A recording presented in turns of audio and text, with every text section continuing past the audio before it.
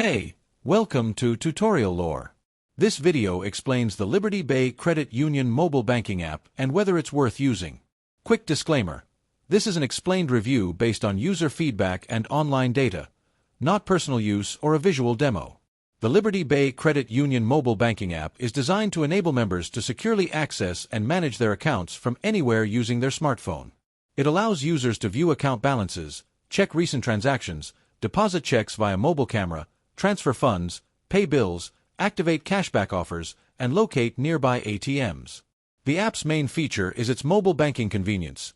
You can manage banking tasks on the go, such as uploading check images for deposit, monitoring account activity, transferring funds between accounts, making payments, and handling other standard banking functions with a secure login. If you found this video helpful so far, drop a like. Let's talk about how it performs in actual use. Many users praise its intuitive design, high ratings, 4.9 on iOS, and reliable mobile features like check deposit and balance checking. The ability to handle multiple tasks from one mobile interface is a clear advantage for members who prefer digital banking. However, there are some drawbacks.